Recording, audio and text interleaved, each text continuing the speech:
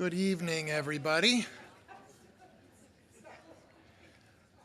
My name is Brent Nelson, and I'm Professor of Politics and International Affairs here at Furman University. Welcome to an evening with our very exciting guest, Roberta Metsola, who will be speaking to us tonight about politics in an age of populism. But before we get started, I want to thank our primary sponsors for this event tonight, the Riley Institute at Furman and the Department of Politics and International Affairs. But I also want to thank a number of the supporting departments who also have lent their support to this event: the Business and Accounting Department, Communication Studies, Economics, and History. Thank you very much. Now, there's a reason why all of these departments are involved in this program tonight. Roberta Metsola, as you know, is a member of the European Parliament in Brussels, Belgium.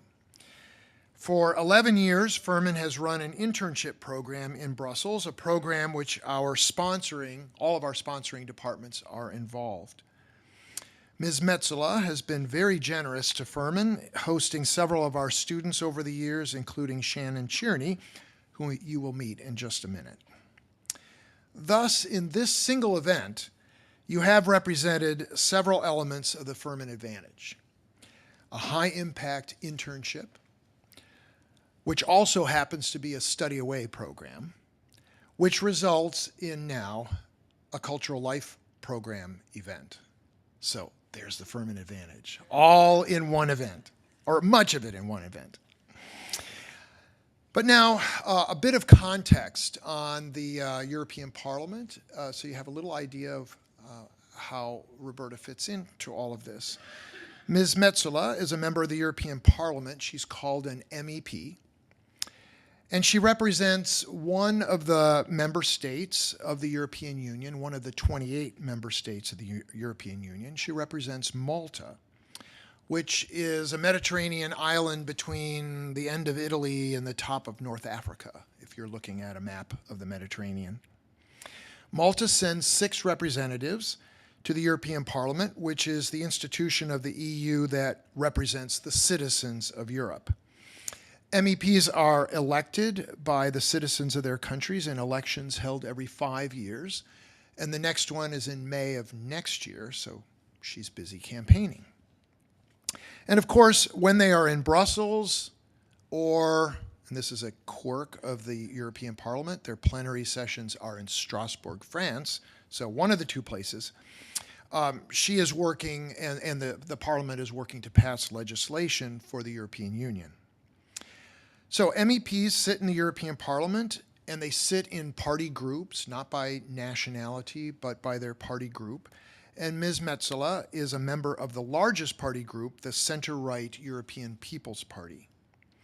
We are honored to have with us tonight one of the most respected members of the European Parliament in Ms. Metsola.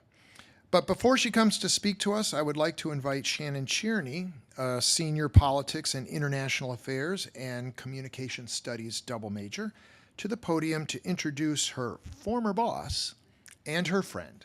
Shannon?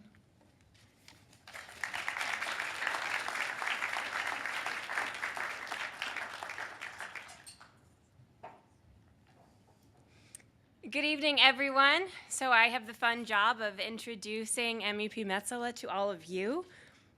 Now, I first met her while studying abroad last fall, and I worked for her office in Brussels, Belgium.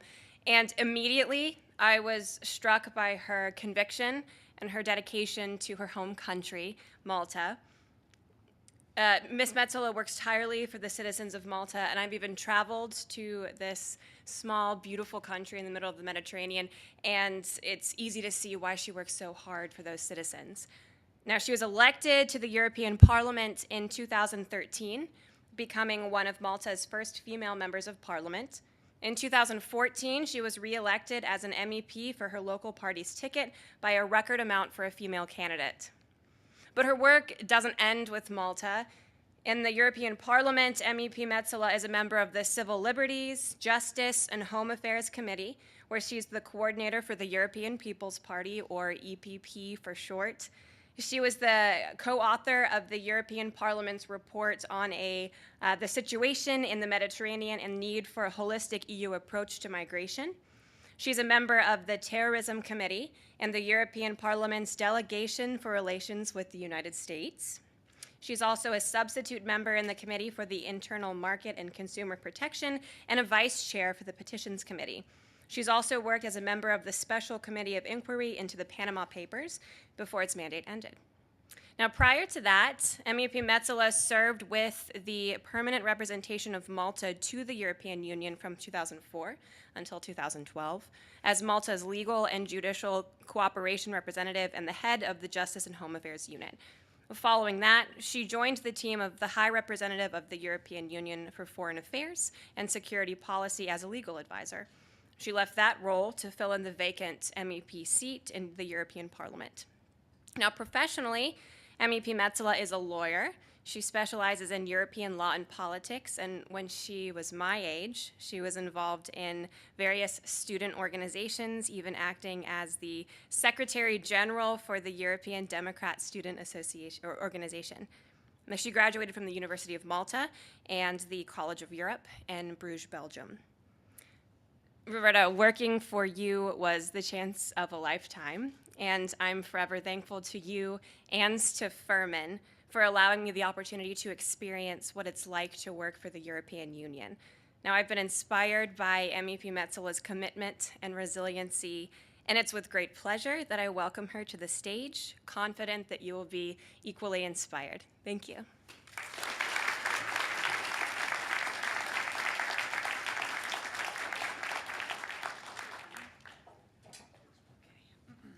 So thank you very much. Hi. First of all, let me say how honored I am to be here, to be able to be a speaker at this great university. I've had a chance to meet a lot of you today, and let me say that to be here this evening is truly a privilege for a little girl who grew up in a little village on a little rock in the middle of the Mediterranean Sea. Now, I am from Malta, as I was just introduced, an island nation of some 400,000 people squashed together, 17 miles long and 9 miles wide. Tiny, but I can assure you that its challenges are as big as any other country. In the course of our history, we have been conquered by every great civilization, from the Phoenicians to the Arabs, to the Knights, to the French, and then like you by the British, but unlike you, we didn't fight for our independence and right to self-determination. We negotiated it not that long ago in 1964. We did, of course, fight alongside the United States during and its allies in the Second World War, ensuring that the Nazis never got control of the Mediterranean basin. Now, I tell you this in order to give you an idea of where I'm coming from. A melting pot of ancient civilizations and a people who understood, for as long as we can remember, that it is the size of ideas and the depth of integrity that will always triumph over the limitations of geography. Our determination is not constrained by borders. And when we look at ourselves, we can say that we may be small, but history has made us tough. In 2004, we joined the European Union, an intergovernmental union that has understood that nations are better and stronger together. What started as a purely economic binding has evolved into a political bond that pools values and resources together.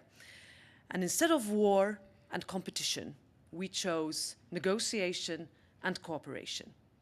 We have our problems. However, I am part of a generation of politicians who has never witnessed war in Europe. I am probably part of the first generation in history that has not witnessed war. And in Europe, that is down to the European Union. Peace is a concept that we can never take lightly, and we have to be vigilant to make sure that it holds. But back to me. So I stood for elections for the first time as a wide-eyed student with no money, no campaign know-how, and not much hope.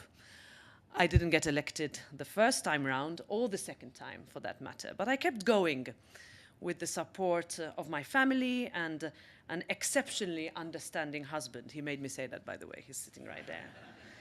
But a few years later, I proudly became a member of the European Parliament, the first woman to get elected. 3 of us got elected on the same day from across the political spectrum. And I think that we can say that we broke barriers that many assumed would always be there, coming from my country. In the European Parliament, I am part of the centre-right political grouping. We have a number of political groupings spanning from the extreme left to the extreme right. I form part of the centrist grouping, and I work mostly in the Civil Liberties, Justice and Home Affairs Committee.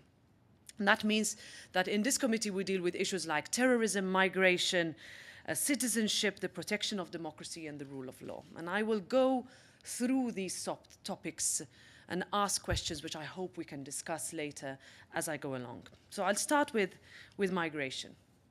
This is an issue that cuts across continents, because by its very nature, migration is a global phenomenon that requires a global response.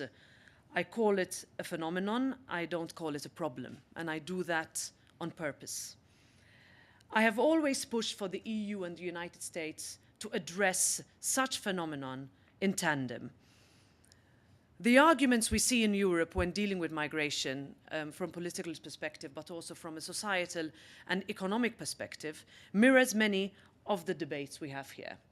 It is a classic issue of emotions versus economics. We need migration in order for our economies to continue to grow, to fill jobs that need to be filled, and to ensure that classic business models continue.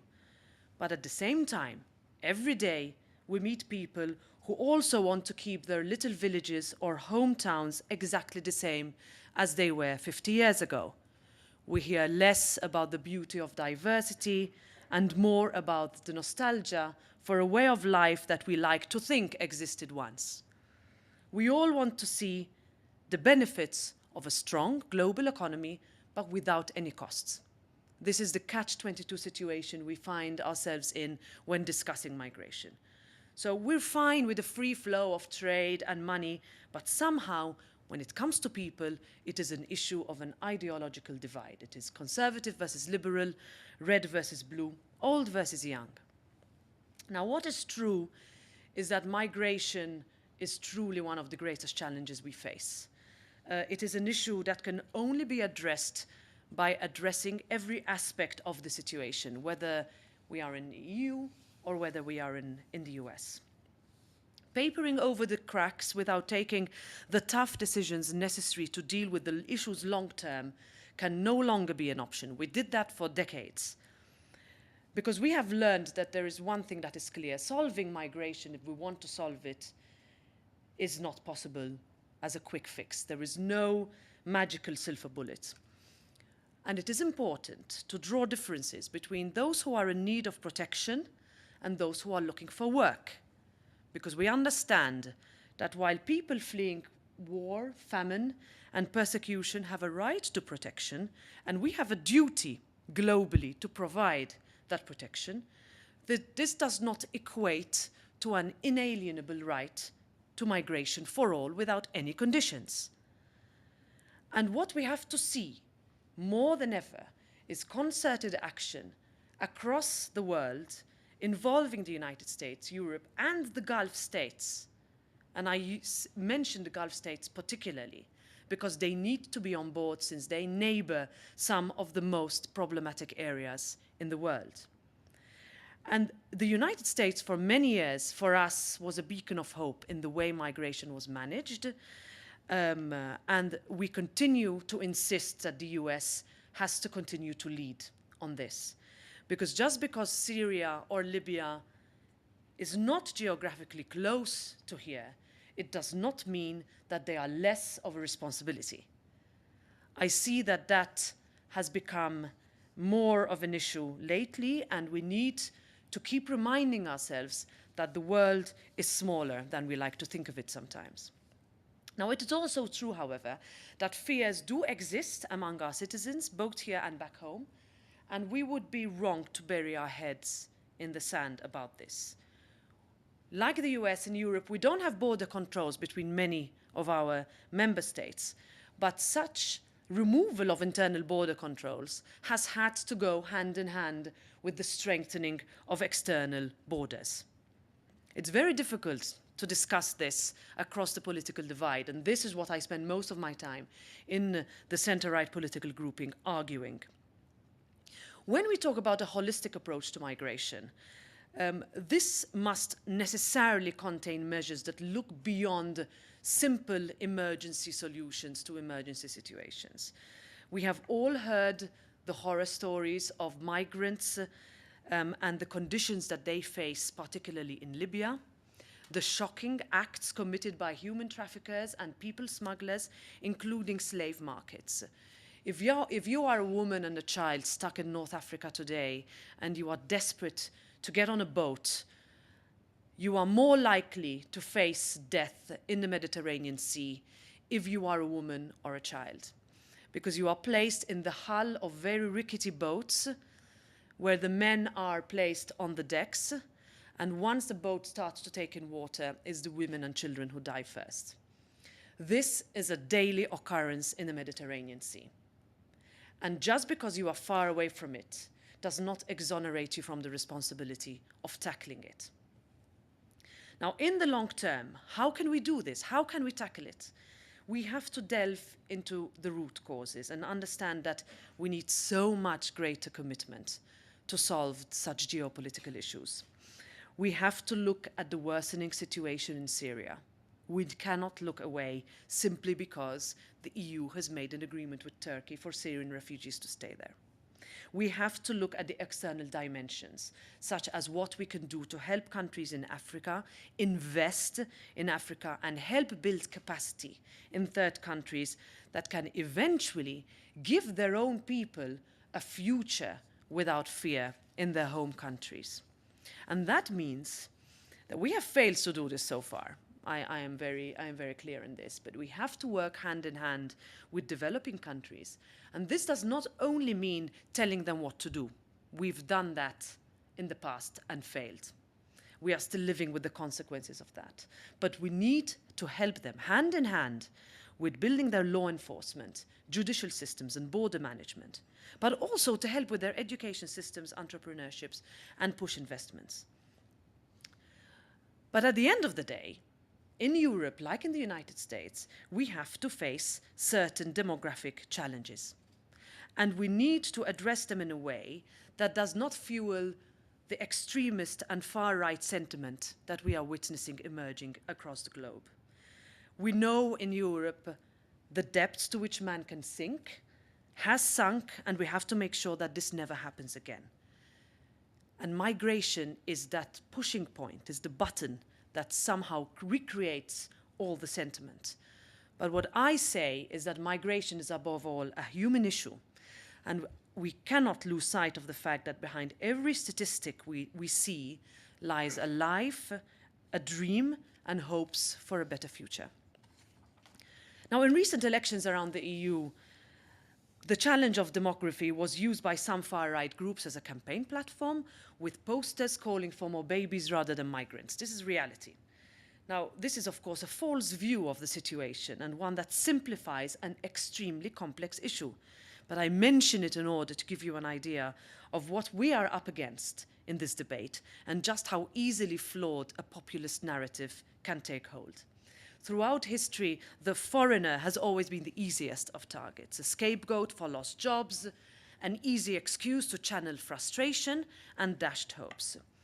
And the debate we see surrounding migration, both legal and irregular migration, is so emotive because it touches precisely on the core issues that are highest on the list of people's concerns. But it is one that illustrates the nature of populist politics. You find the easiest answer to the most complicated of questions. You repeat it enough times, loudly enough, and people will start to believe it. This is dangerous.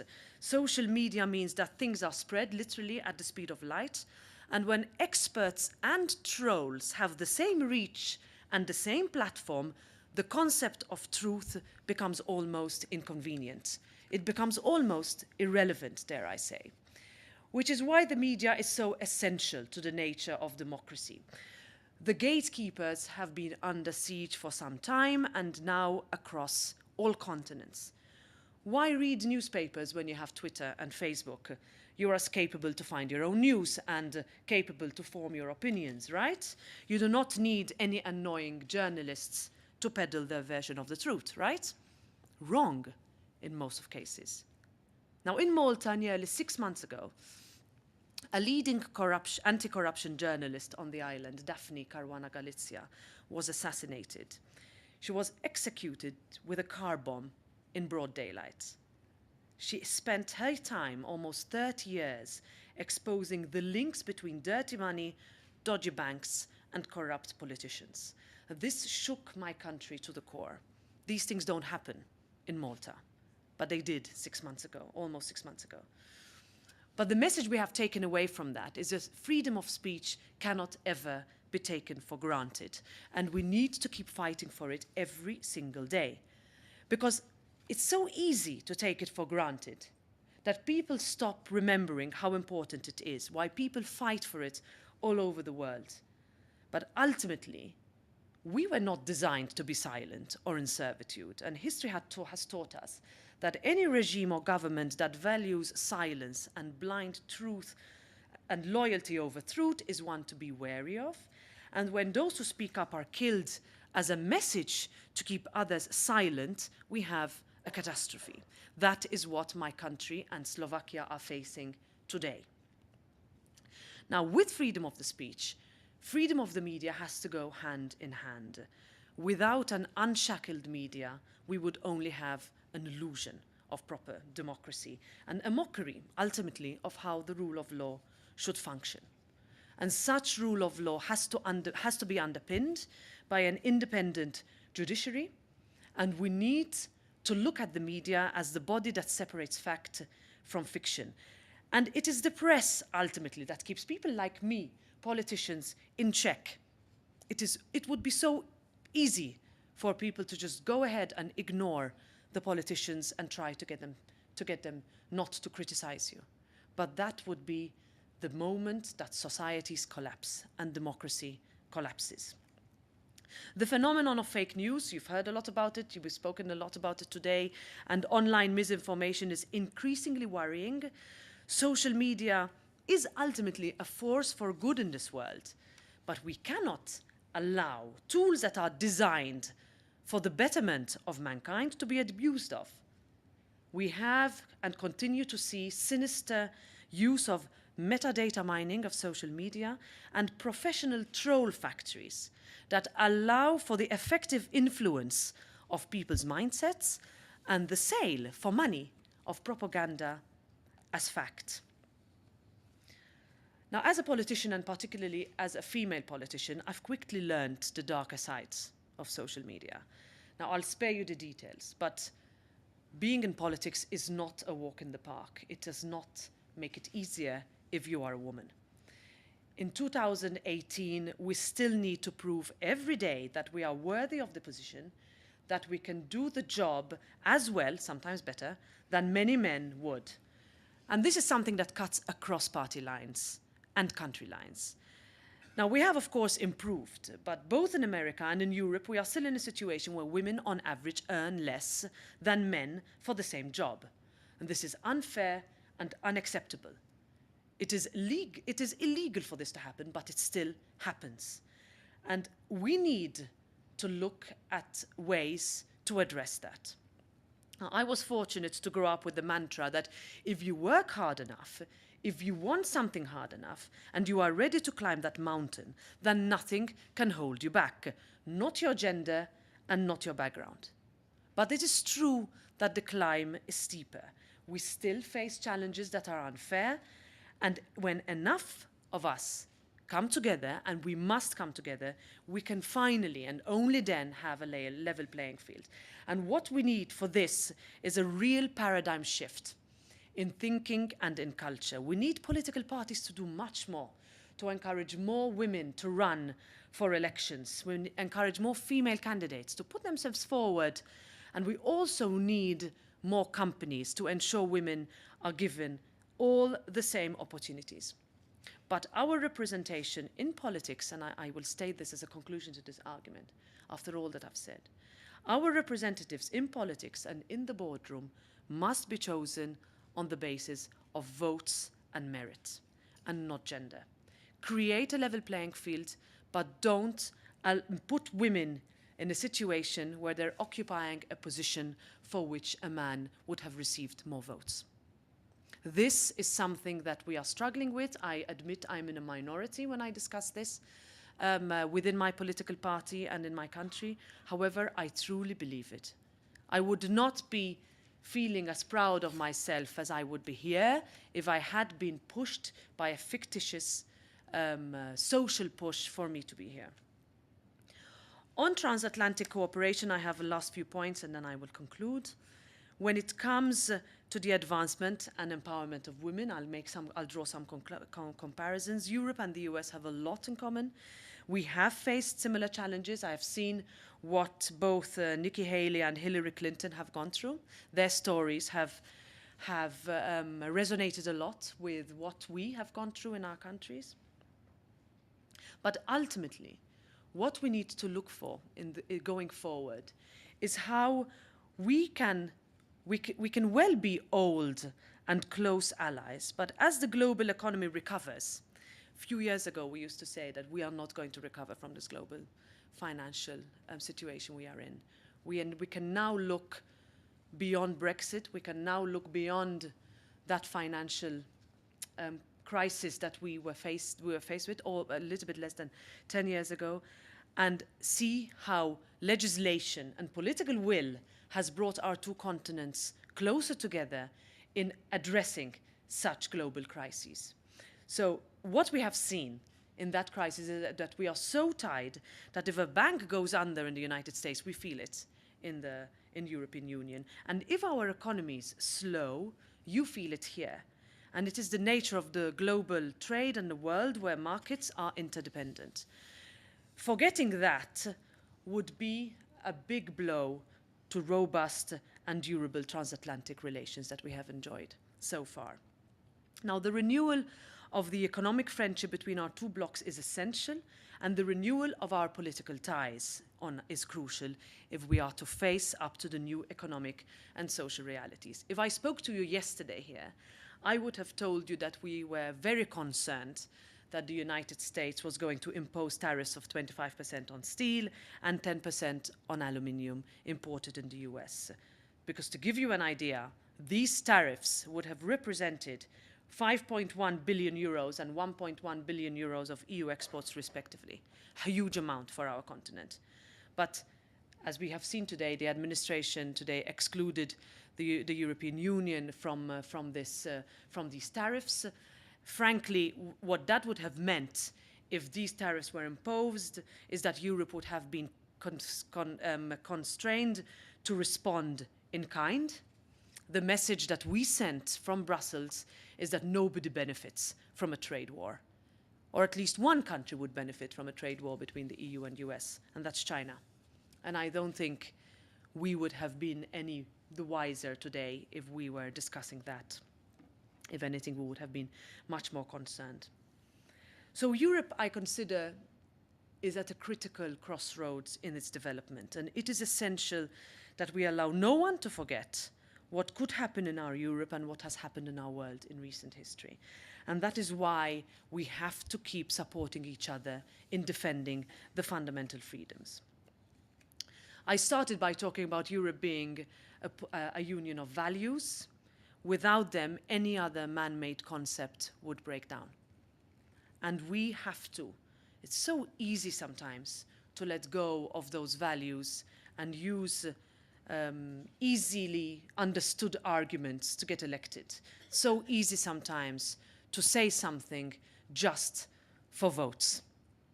I am not in the European Parliament or in politics just for the votes.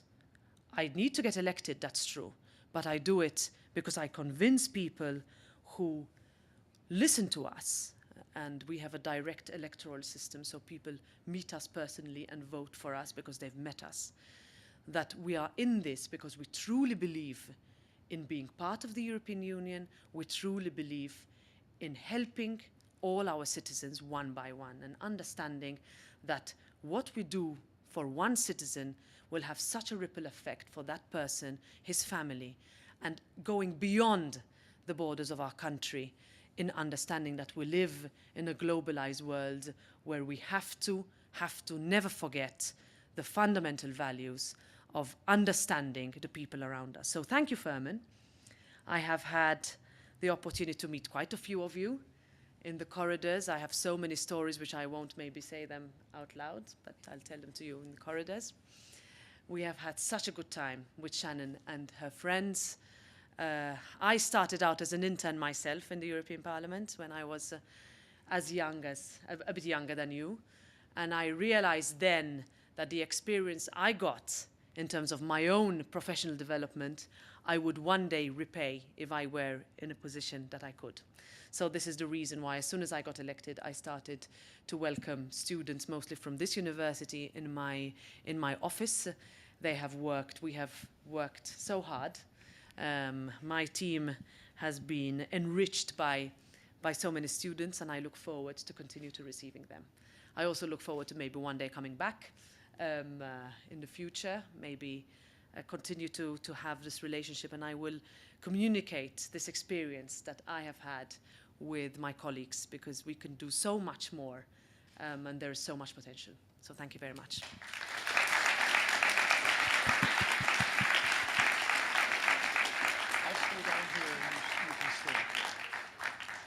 You want me to stay up here? Okay. Yes, I do want you to stay up there. I was hoping. Yeah, thank you very much, Roberta. And I will take you up on that next fall as I go to Brussels. After the elections. Pardon? No, After the election. Well, the election is in May. In May. So, yes. So, yeah, we hope you're still there. Can we vote? Well, we'll vote on Facebook. You can buy our citizenship. It's for sale, by the way. That's right. Not something we are proud of, but yeah. That has been a problem. Okay, well, we have some minutes for questions, and Emma back there has a microphone. So if you wish to ask a question, please raise your hand, and then you can stand up, and Emma will pass you the microphone. And please introduce yourself so that we know who you are, and then ask your question. So who would like to be first? And of course, I look at the students first, because they're, yes, Dr. Strobel will have her moment. But I'll try Michelle first. Hi, I'm Michelle Rash. I'm a senior here at Furman University. I'm wondering what your thoughts are on the growing trend of authoritarian tendencies that we've seen in Europe and the US. Like, it's a bit of a growing issue where we see these attacks on the news and various democratic institutions. How do you think we fix that? Is this ping pong? So I Yes. go question Yes, and answer? yes. Okay, well, this is, I think, I didn't go into a lot of detail here, but the establishment political parties are under serious threat in the European Union. We've seen what happened in Germany to a certain extent, where Angela Merkel lost quite heavily to the AfD party on the right. We've seen what happened in the UK, with a majority of UK citizens voting to leave the European Union. If you ask quite a lot of them today, they realize that they were misled into thinking that that was going to be a better option, when in fact, I think history will show us that it's not. We have seen what happened in the Italian election a couple of weeks ago, where the establishment parties were more or less wiped out in favor of the extremes. Would I call those authoritarian? Not yet. We don't have enough data to see when an anti-establishment party takes over and starts to govern, what actually happens. However, what we have seen on a local level in a number of member states, I'd see Italy, for example, what happened last 2 weeks ago on a national level happened already on a local level, is that you have politicians who have been campaigning for decades on an anti-establishment platform, who find themselves in a situation where they have to take decisions that are mundane and bureaucratic. And when they have to do that, they realize that ultimately what they've been campaigning for has not materialized, and they find themselves incapable of governing. And that has led to a or at least will lead, I believe, to an increased disenchantment with people who have campaigned simply on saying, I'm different to the establishment, vote for me because I'm different. Once you get elected and find yourself in a position of power, you realize that you cannot be that different if you want to run something. There is one exception, and that is in France. So you had one person who left all establishment parties and founded a movement by himself to a certain extent. His members of parliament came after and rallied the majority of the country behind him. Now, I think that that is down to two factors. You have the establishment parties, and I consider also my partner party to be part of that was so intent of playing to the far right, fearing that most of the votes would go to the far right, that they lost their core electorate. And the core electorate went to an alternative, and that alternative was somebody centrist who said that my idea is to revolutionize France. So I would think that you have negative examples of populist politicians coming to government, but with a positive difference in France with a person with a platform who came with an optimistic, hopeful campaign that moved away from the traditional shackles of traditional parties. Again, I would mostly worry about authoritarian statements of the fringes when they come to the center and start to govern. So far, in most countries, they are still on the fringes, and I hope that these examples I've shown you will translate into a coming back to the center in other countries. And I say this because what happened post-Brexit is that whereas people were initially fearful of similar referenda taking place in other countries, all those parties that used to campaign on an anti-EU platform no longer campaign on an anti-EU platform. No longer. Marine Le Pen has all but disappeared in France. The anti-EU arguments that used to be made by the Cinque Stelle movement or the Lega Nord movement in Italy no longer talked about the EU, just focused on migration. In Poland, of course, we are seeing very, very dangerous developments. But there, again, because we are in the EU, the Polish government cannot do what it likes. So the European Commission has actually initiated, triggered the nuclear option, which we call the Article 7 procedure, which essentially at the very end will see you get kicked out of the Union for not abiding by the fundamental values that are listed in Article 2 of the Treaty of Lisbon, which are justice, democracy, equality, rule of law, and freedom. There was another question right in this area. No? Yes, there. Way over there, yes. It's coming, it's coming. Hi, I'm Jay Watson. I'm a junior here at Furman. And the red scarf is, you're going to tell us what? Yeah, please tell us about the red scarf. We can talk afterwards.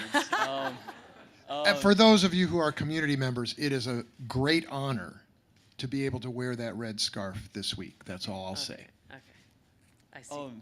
Thank you for joining us. I wanted to talk a little bit about what you were saying at lunch today. With you go back to Malta and you have these. You describe them as roundtable conversations with different sort of, individual parties or businesses. How has that sort of shaped the way that you've gone about doing things in Malta? Or has it changed your mind, or have you seen things that you would have never otherwise seen before? When I first got elected, I was elected in the tail end of last legislature, right? So I had been effectively out of the political scene for 4 years. And then I was suddenly catapulted into the European Parliament. And when I did that, I must say that I had to start from somewhere. I had 1 year to get re-elected, and I needed to listen to what people wanted from me. It's very easy when you are in Brussels to talk about things that matter to the Brussels bubble and forget what somebody who's living in abject poverty sees in the European Union. So what I started to do is organize, and this is what I have put in my schedule. Every Friday evening, I do a roundtable with a particular representative group or interest group on an issue that will come to the European Parliament. And it is impressive how many lobby groups and organizations there are. And we discuss anything from firearms to Bitcoin to bees and the honey legislation that is going to bring so many stranger Sicilian bees to Malta, anything. It could really be anything. But also to what we can do to have cleaner waters or how our financial services institutions are going to be attacked by these big countries who think that what's good for Germany is good for Malta. So I spend most of my Friday nights in closed rooms getting harassed and bashed, you know, and listening to a lot of attacks by people saying Brussels sucks and Brussels is a monster and we are too small. And my answer is always that we might be 6 people out of 751, but I can assure you that, and those of you who have worked with us know, that proportionately the Maltese members are extremely vocal.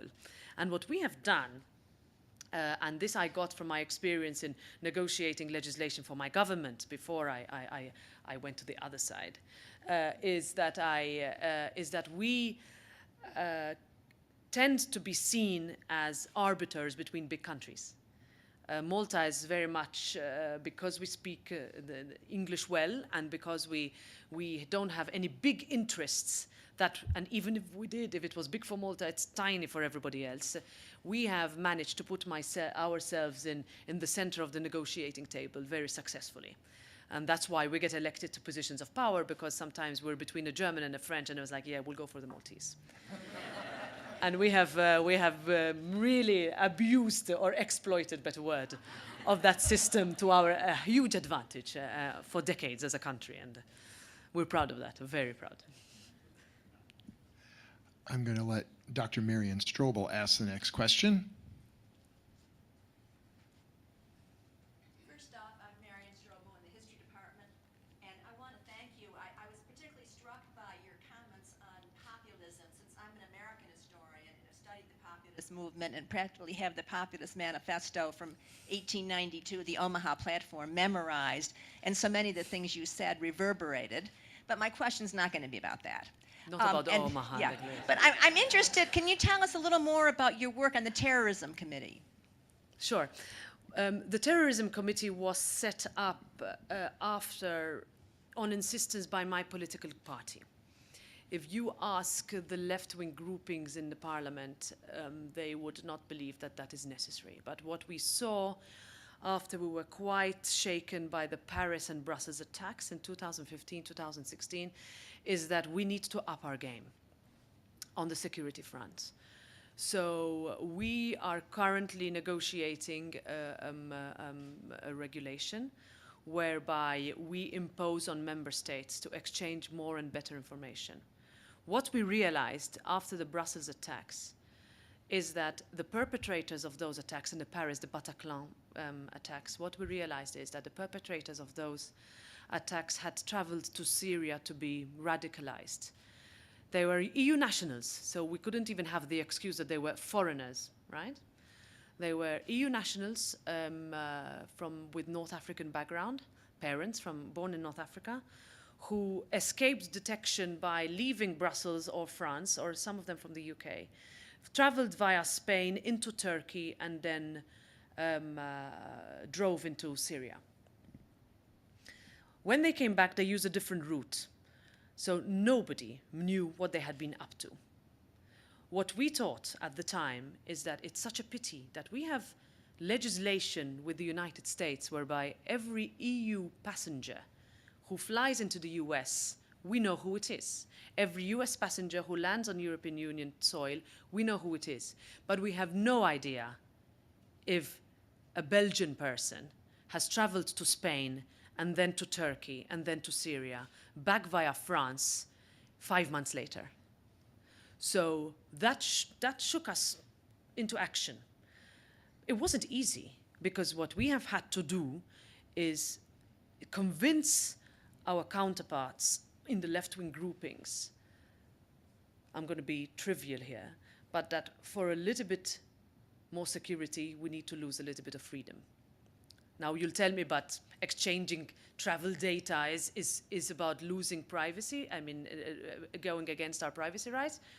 Well, yes, there are some concerns. There were concerns on data mining by private entities into your travel choices and your routes and whether you are a vegetarian because you choose the vegetarian meal. I mean, these tiny things that people were very skeptical about. But we understood that in order to protect our people, we need to take certain decisions temporarily to safeguard and protect the majority of our citizens. There have been absurd decisions. I mean, we can no longer, I mean, you know, the 100 milliliter limit on liquids was about to be phased out in December 2015. Because of the Bataclan, it was kept in. Not because the 100 milliliter limit is the new weapon of choice. It was only in 2005. But what that would have been seen as is that instead of increasing security, we're rolling back. But imagine the discomfort that everybody goes through in airports.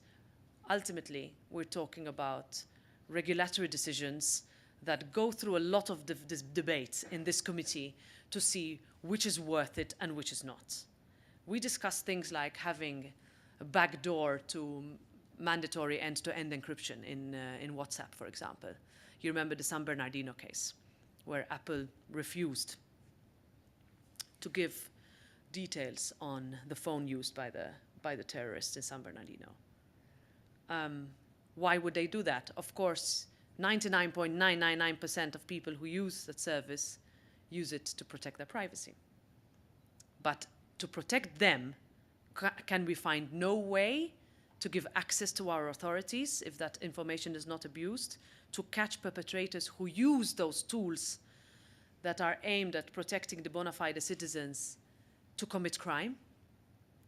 We have court cases on this all the time. So you have a lot of citizens who believe that our solutions that we find, and I believe that this debate is much tougher and more visible in the EU than it is in the US, where privacy organizations take governments to court more often in order to question what they call disproportionate measures of security at the cost of privacy.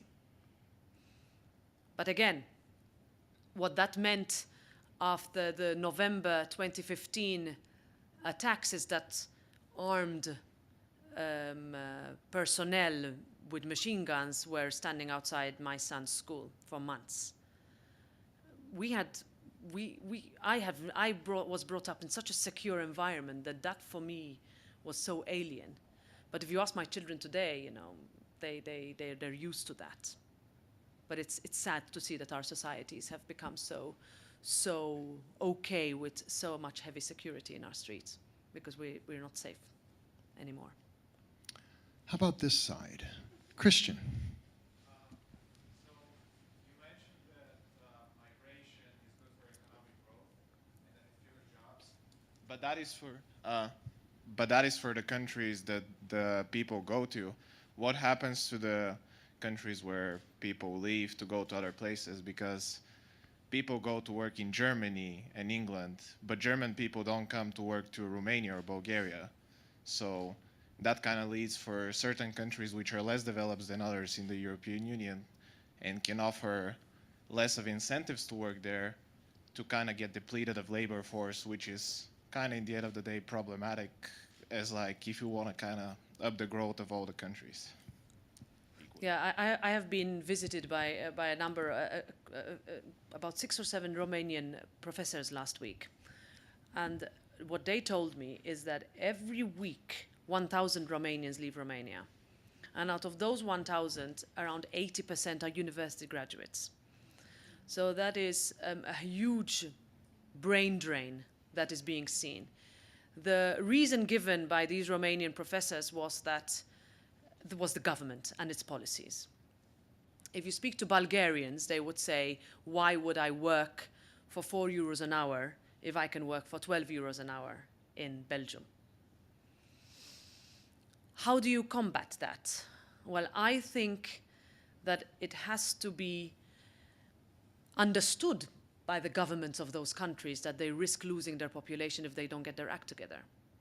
My country went through that in the 50s and the 60s, where today there are 500,000 Maltese descendants in Australia, more than actually live in Malta. If we give them a vote, we'll be outvoted immediately. We have around 150,000 in the US, a lot in New York, doing if you ever meet a super in a New York, a Manhattan apartment, they're usually from Gozo. No, I'm serious, it's true. But what did we do in order? We realized in the 60s that we had a problem, right? So we gave tax incentives for foreign companies to build their headquarters in Malta. Those created thousands of jobs. But we had to do it because otherwise we were risking losing our most highly qualified and lowest qualified population.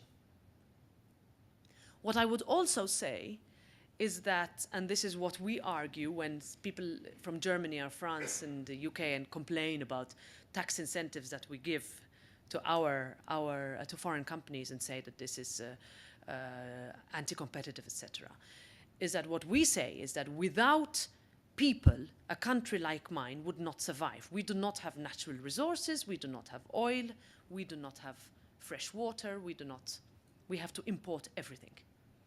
Our people are our resource. So we have spent years countering the narrative of bigger countries that this tiny island in the Mediterranean is going to steal their business. It doesn't. So we have countered actually populists in the parliament in Rome who stand up every day and going, Malta's taking work from us, is employing our Sicilians. We are 400,000, but in the end, we have a lot of people coming from Sicily because we have been good at targeting them to come and work in Malta. They earn more than they would in Sicily. But again, how can we help that? You can use that argument also for Africa. I have met Somalis who tell me that my ultimate dream is to go back and build a hotel there. My ultimate dream is to make sure that no one from my village has only one hope, and that's to go to Europe. You know, today, more than 2/3 of 18 to 24-year-old men who live in underdeveloped countries in Africa want to come to Europe. And we will have that. So even if what I said before, that we would pour all the investment that we have into Africa, and we are doing very well, also technology-wise, France, for example, is investing hugely in Africa and investing in Africa's youth by equipping them and teaching them how to develop games, for example, online. This is what to keep the youth there. But even if we pour all our investment into these countries, for the next 10 years, we will have the phenomenon called the development hump, which means that even if those countries actually get back on their feet, it will take 10 years before a new generation comes whereby the only option is not to go to Europe.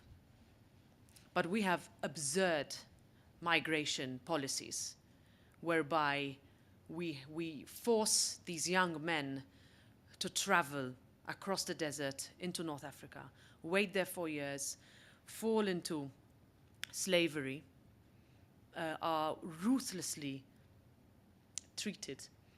We have no interlocutor in Libya, right? There's no government there to deal with. So we cannot even speak to them.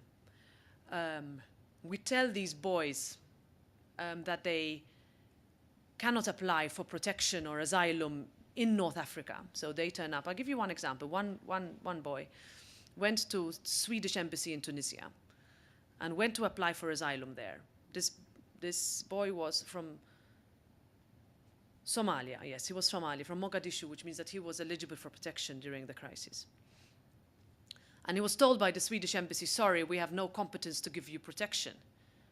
You have to enter the territory of the European Union to be granted protection. He crossed the Mediterranean, made it, and in 2 weeks was in Stockholm.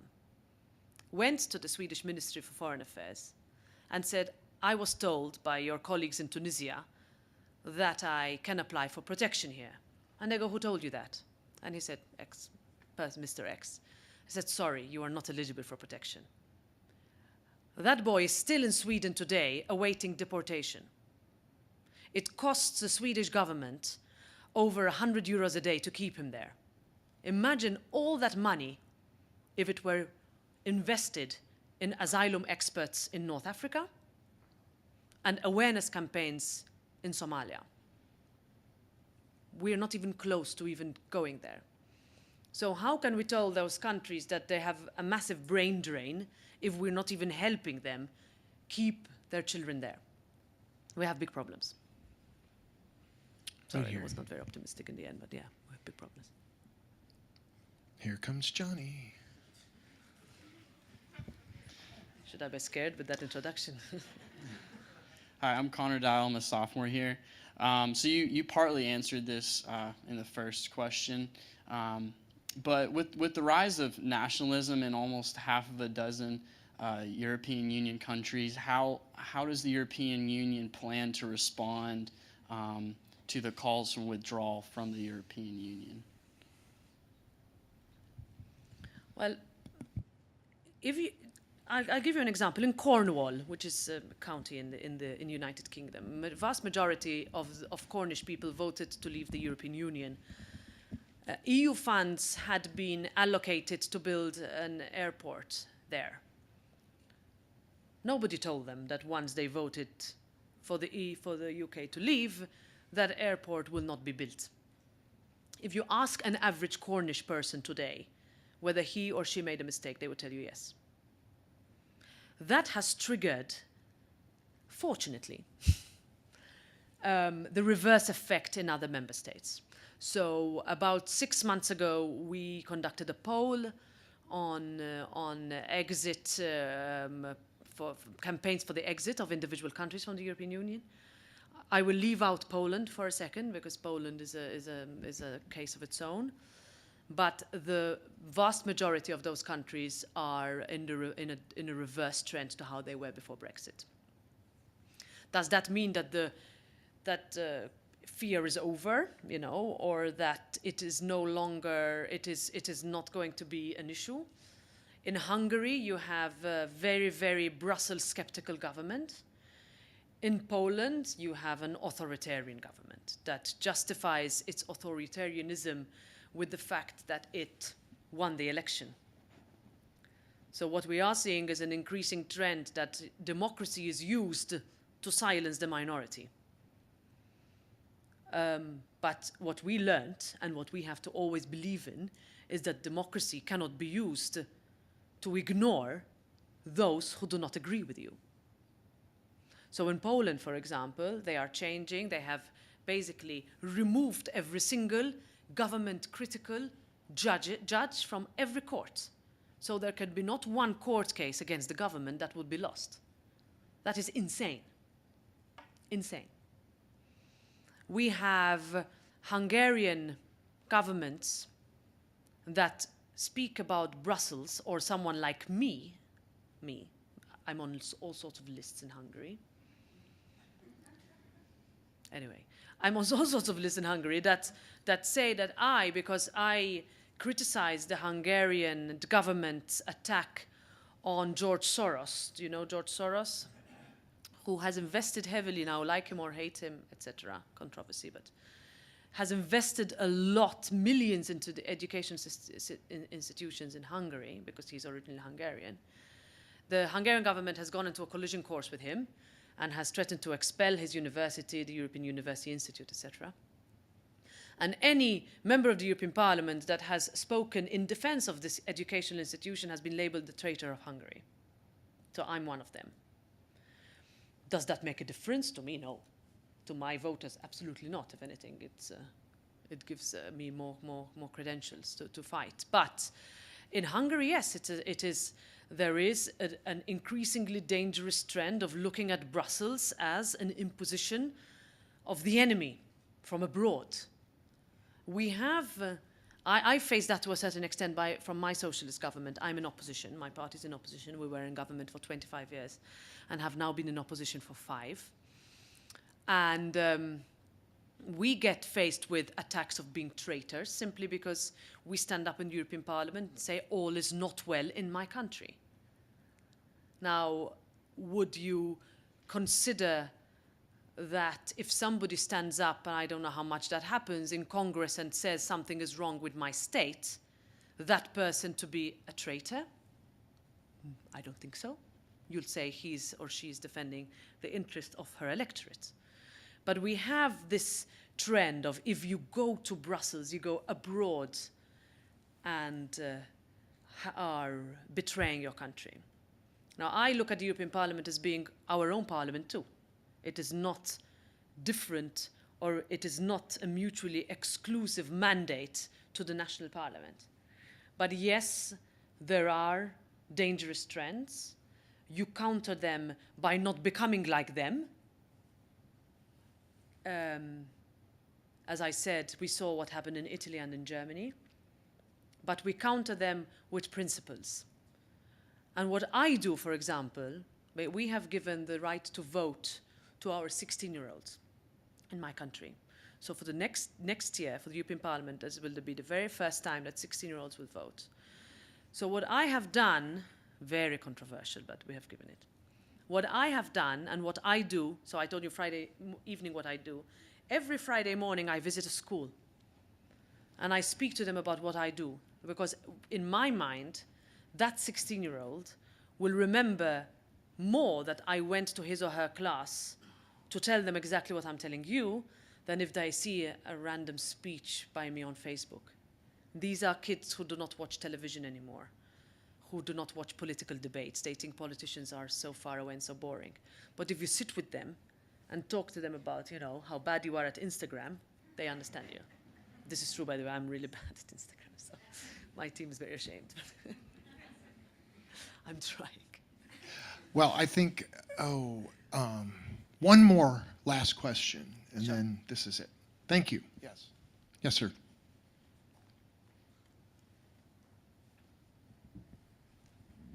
My name's Bob Green. I'm starting to get involved in local politics at Greenville County precinct level. How big of a problem does the European Union feel Russian interference is in sowing discord and chaos in the European Union? Well, thank you for asking that. This week we have seen, the Cambridge Analytica scandal. We can call it a scandal. I think it is a huge problem because what we are seeing is an influence of quite a large force dominated by essentially a dictator that we have no strong enough tools to beat. We have been discussing this. We have individual meetings on a national level, so we have country-specific debates because the Russian influence is different with each country. But even in my own, there was some level of influence in the last election campaign. It's varied, of course. You have countries that neighbor the country. You have countries that are former satellite states of the USSR. You have countries like the Baltics, Latvia, Estonia, and Lithuania, who are in NATO and are in NATO precisely to protect themselves from Russian influence, both of a physical but also of a cyber nature. Now, what can we do? Frankly, I think I was very disappointed this week with the congratulations that Putin received by a number of presidents. I'm being filmed, right? So I can't mention names. Just one? A number of presidents. But yes, I mean, for me, I used to be a shadow minister for foreign affairs until last year. And I must say that it was a difficult country to relate to in terms of negotiations and in terms of mutual understanding of what is important. I'll stop there. I think Well, thank you. Thank you for your comments on everything. If you have gifts.